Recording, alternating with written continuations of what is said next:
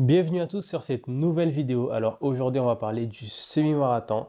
Récemment j'ai fait un semi-marathon et je vais tout vous expliquer sur ce format de vidéo. Là je vais plus vous parler en mode normal, sans trop de coupures, sans trop de montage. Vraiment je vais essayer de garder le plus naturel de moi pour essayer ce nouveau format. Donc le semi-marathon, tout a commencé en janvier. Janvier j'ai fait les choses que je voulais. J'ai écrit sur mon petit carnet. J'ai un petit carnet comme ça. Et en fait, j'ai écrit dedans tout ce que je voulais faire. Donc, j'ai mis mes objectifs. Tac, tac, tac, tac. Et j'avais mis faire un marathon. Marathon, c'est 42 km. J'avais mis faire un marathon. Mais je me suis dit, bon, un marathon, c'est peut-être un peu trop. C'est peut-être un peu trop abusé. Donc, je me suis plutôt orienté vers le semi-marathon. Et j'ai pas commencé à courir de suite. Parce que j'avais encore d'autres choses à faire, d'autres choses à... Comme je disais, j'avais encore d'autres choses à faire, j'avais d'autres choses en priorité, comme passer mon diplôme, que je l'ai passé en juin. Et donc, j'avais d'autres choses à faire. Et du coup, après mon diplôme, comme par hasard, j'ai reçu une notification sur Instagram comme quoi il y avait Toulouse Run. Toulouse Run, pour ceux qui ne savent pas, c'est eux qui organisent le semi-marathon, le marathon ici sur Toulouse. Et ils venaient de poster, enfin j'ai vu à leur post, comme quoi il y avait des places, etc. Et du coup je me suis dit, mais c'est le timing parfait, parce que je venais de finir mes examens, du coup là j'avais enlevé un poids de ma tête, et l'objectif que j'avais oublié, parce que j'avais complètement oublié cet objectif, il est revenu. C'était l'occasion de mettre à l'épreuve, de vraiment d'aller au bout de, de mes objectifs, de ce que j'avais écrit. Et je me suis dit que c'était vraiment le moment parfait. Du coup, ce que j'ai fait, c'est que je me suis inscrit. J'ai vu que c'était 52 euros, un truc du genre. Je me suis inscrit. Et à partir du mois de juin, fin juin, début août, j'ai commencé mes entraînements. J'ai commencé à courir parce que de base, moi je suis footballeur, donc je cours déjà de base. Mais la course à pied, c'est pas pareil. C'est pas pareil. Donc j'ai commencé à m'entraîner. Et j'ai commencé à m'entraîner et à prendre ça au sérieux. Donc chaque semaine, je sortais au moins une ou deux fois. Je partais à l'entraînement. Donc j'allais courir. Et au fur et à mesure, j'ai continué à intensifier. Vraiment, la première semaine, c'était vraiment très, très dur. Mais vraiment très dur parce que je travaillais à Airbus et je commençais à 6h30. Quand je rentrais, j'étais fatigué. Donc l'après-midi, j'étais sur mon ordinateur. Soit je créais du contenu, soit je cherchais des clients, soit j'étais en train d'étudier. Et le soir, j'avais pas forcément envie d'aller courir. Donc ce que je me suis dit, c'est que j'allais me réveiller plus tôt, donc à 5 heures, et j'allais partir courir. Ça a été ma toute première séance. Je suis parti courir à 5 heures. J'ai fait 2 km et j'étais KO. 2 km, j'arrivais à peine à respirer. Et je me suis dit que c'était le début du processus et que je devais passer par là. Donc j'ai continué. Une fois que j'ai fini mon travail, donc fin août, j'ai pu reprendre un rythme convenable. Donc je me réveillais toujours tôt pour étudier, etc. Et j'ai réussi à caler la course soit en fin d'après-midi, soit entre midi et deux. Donc je faisais mes 5-6 km entre midi et deux. Et après, grâce à l'aide de mon bon vieil ami ChatGPT, j'ai pu créer un programme de sortie, un programme de course, un programme d'entraînement pour mieux m'entraîner et mieux me préparer pour ce semi-marathon. Ce semi-marathon, c'était la première fois que je courais une telle distance et il fallait bien que je sois préparé pour courir 21 km, quoi. C'est pas non plus du jour au lendemain. Donc au début de septembre, j'ai commencé à utiliser ChatGPT pour mes séances d'entraînement. Donc je sortais trois fois par semaine. Donc je faisais des 5-6 km dans la semaine et le samedi, je faisais des sorties un peu plus longues, donc entre 10 et 15 km. J'ai essayé d'être un peu plus progressif. Donc j'ai commencé à 10 km, après j'ai fait 12, après j'ai fait 14, après j'ai fait 15, mais j'étais pas non plus très assidu. Et le temps passe, et un mois avant l'épreuve, je me suis dit que j'ai toujours pas fait 15 km, je sais pas ce que ça donne, je sais pas ce que ça donne au-delà des 15 km, donc il faut au moins que j'essaye 15 km avant de partir à la course. Donc j'ai pris un samedi, et je suis parti, j'ai fait 15 km. Et à la fin des 15 km, j'étais vraiment KO. KO. Je l'ai fait en 1h30, les 15 km. 1h30, je me suis dit, 1h30, 15 km, donc il me faut à peu près encore 6 km à faire pour le semi-marathon. Du coup, je me suis dit, pourquoi pas faire le semi-marathon en 2 heures, 2 heures et quelques. En vrai, 2 heures et quelques, c'est jouable. Je me suis dit, pourquoi pas. La veille de la course, je pars à Decathlon. Je pars à Decathlon et j'achète les petits sacs. Les sacs avec... je l'ai là, attendez, je l'ai le sac. Du coup, je suis parti à Decathlon. J'ai acheté ce sac-là avec ça. Et en gros, dedans, je crois que j'ai 1 litre d'eau. Dans ce sac, j'avais des petites poches. Et ici, j'ai laissé mon portable. Donc, j'avais des petites poches. Et dans ces petites poches, j'ai aussi acheté les petits gels. S'il veut bien venir. Les petits gels comme ça. Les petits gels de cette marque. Je l'ai testé sur 10 km. Donc, le jeudi, la semaine de la course, le jeudi, je suis parti faire 10 km. Et j'en ai pris un comme ça. Et franchement, j'ai tout de suite senti la différence. Au bout de 30 minutes, j'en ai pris un. Donc, j'ai fait l'aller-retour, 30 minutes. Donc, j'ai fait 1 heure. En 1 heure, en moins d'1 heure, j'ai fait 10 km. Donc, j'avais battu mon record. Et je me suis dit, franchement, ça en vaut la peine. On a acheté, du coup, ça. J'ai mis de l'eau dedans. Je me suis dit que ça allait être un peu lourd, mais en fait, pas du tout. Franchement, vraiment pas lourd et c'était vraiment pas mal. Ça m'a beaucoup aidé par rapport à l'eau, etc. C'était vraiment bien. Donc, on a acheté ça et je suis allé directement récupérer mon dossard. Donc, le dossard, ça ressemble à ça. En fait, on le met ici, là, et ça nous permet de courir et d'avoir notre numéro. Et ce qui est bien avec ça, c'est qu'il y a un petit QR code et ça te permet de suivre ta course, d'être très précis par rapport à en combien de temps tu as fait ton semi-marathon et aussi récupérer tes photos. Avec le QR code, tu peux récupérer tes petites photos. Tu as pas mal de photographes tout le long de ton parcours. Donc, grâce au QR code, tu peux récupérer tes photos. Donc, ça, c'est vraiment très, très bien. Je ne sais pas comment ils font ça, mais en tout cas, c'est vraiment très bien. Donc, j'ai récupéré ça, mon petit dossard. Et je suis rentré chez moi. J'ai mangé beaucoup de pâtes et je suis allé dormir. Le lendemain matin, je me réveille, la boule au ventre, je suis stressé, j'ai envie de vomir, j'arrive à peine à manger. Et je m'habille, je mets mes vêtements, il faisait froid, donc j'ai mis un petit juste corps, un short avec un cycliste, enfin un truc quoi, une combinaison. Je m'équipe, je mets mes petits gels, je mets tout. Et je pars à vélo parce que c'est au centre-ville. Moi, je ne suis pas au centre-ville, donc je pars à vélo. Ça me fait mon petit échauffement. Donc, un petit échauffement tranquille. J'arrive au lieu de la course, je dépose mes affaires et quand j'arrive, je suis tout seul, je cours tout seul, donc je suis tout seul. Et je vois énormément de gens. Mais il y avait du monde de partout, vraiment du monde de partout. Je me suis dit, mais comment ça se fait? Il y avait vraiment énormément de gens. Et moi, j'avais un petit bracelet écrit 2 heures. Et en fait, ça veut dire que j'étais dans le groupe de personnes qui estimaient qu'ils allaient prendre à peu près 2 heures ou plus pour faire le semi-marathon. Je me suis dit, j'allais le faire peut-être en 2h30, 2h20, voilà, gros max. Et au fur et à mesure, il y avait des blocs. On appelle ça des sas. Il y avait des blocs jusqu'à la ligne d'arrivée. Donc, au début de la ligne d'arrivée, il y a ceux qui disent qu'ils allaient le faire en 1h30. Donc, c'est l'élite. Après 1h45, 1h50, 2 heures et 2 heures et plus. Comme ça part au fur et à mesure. Et du coup, moi, je suis parti le début de la course était à 9h et moi, je suis parti à 9h20 parce qu'il y avait du monde encore devant. Donc, le temps que tout le monde part, ben voilà. Le départ est lancé et moi, je suis lancé dans ma course. Donc, je pars tranquillou. Il y a beaucoup de personnes, donc on essaye de pas trop se bousculer. Je pars tranquillou et je suis très étonné parce que il y a énormément de gens. Même au bord de la route, il y a énormément de gens qui sont là à nous soutenir. Ils sont là, allez-y, allez-y, allez-y. Ils ont des petites pancartes avec les champignons de Mario.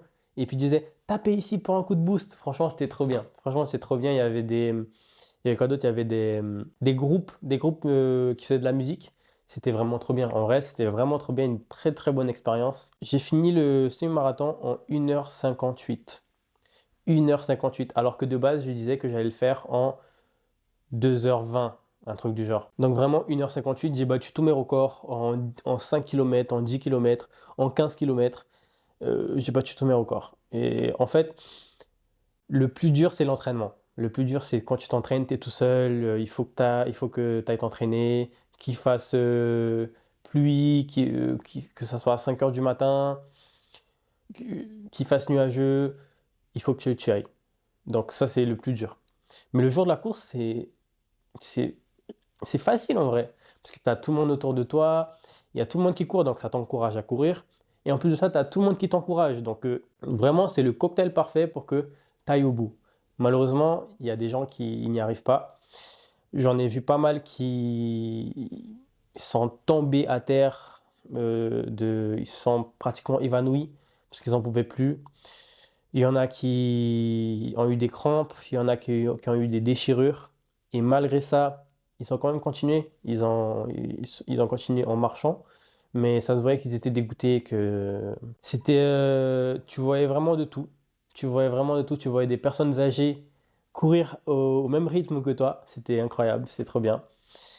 Et par contre, au début de la course, il y avait une groupe de personnes, des groupes de personnes qui disaient que ouais, que cette année, il y a beaucoup de personnes parce que par rapport aux réseaux sociaux, il y a la hype d'aller courir, ça a beaucoup augmenté et du coup, il y avait beaucoup de personnes par rapport à ça. Et ces gens-là étaient en train de critiquer le fait qu'il y avait beaucoup de touristes, parce que ce sont des personnes qui se lancent à cause des réseaux sociaux ou autres. Et moi, je me suis dit que pour une fois que les réseaux sociaux, ils arrivent à promouvoir quelque chose de bien, donc faire du sport, et il y a pas lieu d'être de critiquer ça en fait. Parce que pour une fois que les réseaux sociaux, ils promulguent, oula, ils arrivent à promouvoir le fait d'aller faire du sport, de prendre soin de leur santé, même si tu fais ça pour les caméras, mais tu prends quand même soin de ta santé. Moi, pour moi, je trouve ça vraiment, il faut vraiment encourager ça. Il y avait beaucoup de personnes, il y avait beaucoup d'handicapés aussi. Et franchement, il y en avait un, il était tétraplégique, tétraplégique, et il a fait le semi-marathon en faisant comme ça là. Il pédalait avec les mains, enfin avec les bras. Et franchement, je me suis dit comment il a réussi. Mais franchement, c'était une très très belle expérience. Très très belle expérience. Les petits gels, ils m'ont vraiment aidé beaucoup. Je crois que je l'ai pris au 15e kilomètre. Donc je suis allé. Non, je l'ai pris au 10e kilomètre. 10e kilomètre, j'ai pris le gel. Ça me donnait un petit coup de boost. Au 16e kilomètre, j'ai pris le deuxième gel, ça m'a redonné un coup de boost. Et vers le 18e kilomètre, j'ai envie de vomir. Au 18e kilomètre, j'ai envie de vomir parce que j'ai pris le premier gel, j'ai pris le deuxième gel, et en fait, le gel, il est fort un peu. Et après, j'avais plus d'eau dans ma gourde, j'avais rien mangé, enfin, j'avais mangé un tout petit peu. Et je crois que c'est ça qui a fait que j'ai eu envie de vomir. Et je me suis arrêté, et j'ai pas vomi. Donc, j'ai pas compris, je me suis arrêté. Et heureusement, on était à côté, on était vraiment tout proche de la ligne d'arrivée, donc j'ai pu reprendre mon chemin. Je suis arrivé avec des crampes au niveau de la cuisse, c'était très douloureux, mais j'ai eu un sentiment de vraiment délivrance et j'ai couru sans mes écouteurs. De base, j'ai cru que j'allais courir avec mes écouteurs, j'allais mettre ma musique ou un podcast, mais pas du tout. Il y avait tellement de monde autour qui t'encourageait et tout et tout. Je me suis dit, je peux pas passer à côté de ça, il faut bien que je profite du moment. Du coup, j'ai pris mes écouteurs, je les ai rangés et j'ai fait toute la course, presque 2 heures, sans écouteurs, que moi et mes pensées. Je vous cache pas que vers la fin, j'ai eu des envies de me dire, c'est bon, on en a marre, on est fatigué, ça fait bientôt 2 heures qu'on court, viens, on s'arrête un peu. Mais ça a été vraiment très passager. Vraiment très passager. Je me suis dit que je me suis pas mal entraîné. Je me suis vraiment pas mal entraîné pendant 4 mois, 5 mois, je me suis entraîné. J'ai fait beaucoup de sacrifices, que j'ai été discipliné. Quand je voulais pas y aller, qu'il fasse nuit, 5 heures du matin, qu'il pleut, mauvais temps ou autre, j'étais dehors en train de courir. Donc tout ça, tous ces films sont revenus dans ma tête et je me suis dit que je méritais de franchir cette ligne d'arrivée. Je méritais de réussir cet objectif que je m'étais fixé au début d'année. Je méritais ça. Il fallait pas que je passe à côté, il fallait pas que je me dise que non, là on est un peu trop fatigué. Non, on s'est entraîné justement pour franchir cette ligne d'arrivée, que ça soit en marchant, en boitant ou après 3 heures d'épreuve, on allait franchir cette ligne d'arrivée. Et en fait, c'est pendant toute l'épreuve, j'ai eu ces moments de doute, mais tout le temps, je me suis dit que je méritais. Je méritais de réussir cette épreuve. Et quand je dis réussir, c'est vraiment juste franchir la ligne d'arrivée. Pour vous dire, moi, j'estimais que j'allais le faire en 2h20 et je l'ai fait en moins de 2 heures, moins de 2 heures. Donc, vraiment, pour moi, la réussite, c'était franchir cette ligne d'arrivée et justement, dans ces moments de doute, me dire que, ok, c'est normal de douter, ton corps, il réagit, c'est normal, on n'a pas l'habitude de faire ça, mais on va continuer. On va continuer, peu importe si tu te blesses, peu importe si tu vomis, on va franchir cette ligne d'arrivée. On s'est entraîné pour, et c'était vraiment comme ça dans ma tête. C'était vraiment mission commando. Et je me suis dit que je méritais. Je méritais pour tout l'effort que j'ai fourni pendant ces 5 mois, je méritais de franchir cette ligne d'arrivée et de prendre cette médaille. En parlant de la médaille, la voilà. Ils l'ont faite en bois, je ne sais pas pourquoi, cette année ils l'ont fait en bois. Et on voit que écrit semi de la Garonne, etc. Mine de rien, j'ai kiffé la médaille. Du coup, là, ça va être pour la miniature. Donc, accompagnez-moi quand même pour la miniature. Quand même. D'être resté jusqu'à là. On va la faire comment? Comme ça. Hein. Je sais pas. Comment on fait? Attends, on va faire comme ça. Ou comme ça. Comme ça. Mais voilà, j'ai eu la petite médaille. Et ça m'a fait extrêmement plaisir. Franchement, extrêmement plaisir. Et c'est quelque chose que je recommande à tout le monde, vraiment un semi-marathon ou même juste 10 km pour commencer. Vraiment, c'est le fait de se dépasser, le dépassement de soi, le fait d'être dans des moments de doute et malgré ça, se remettre dans le droit chemin et continuer. Continuer à avancer malgré les adversités. Et vraiment, on peut même reprendre ça dans la vie du quotidien, malgré les adversités, malgré le fait que la vie n'est pas toujours facile, la vie est dure, mais on a un objectif en tête et on continue. On continue, peu importe qu'il fasse soleil, qu'il fasse nuit, le temps il est mauvais, on continue. On a un objectif, on continue. Et on mérite. C'est surtout ça que je retiens le plus, c'est que on mérite de réussir. On mérite de réussir et moi ça a vraiment fait un changement. Je me suis dit que si j'ai pu réussir à faire les 21 km et que je me suis répété au fur et à mesure que je méritais de réussir, je méritais. Je sais que dans ma vie quotidienne, peu importe les obstacles, je vais toujours me répéter que je mérite de réussir. Je mérite. Et franchement, c'est vraiment un gain de confiance et ça m'a fait énormément de bien.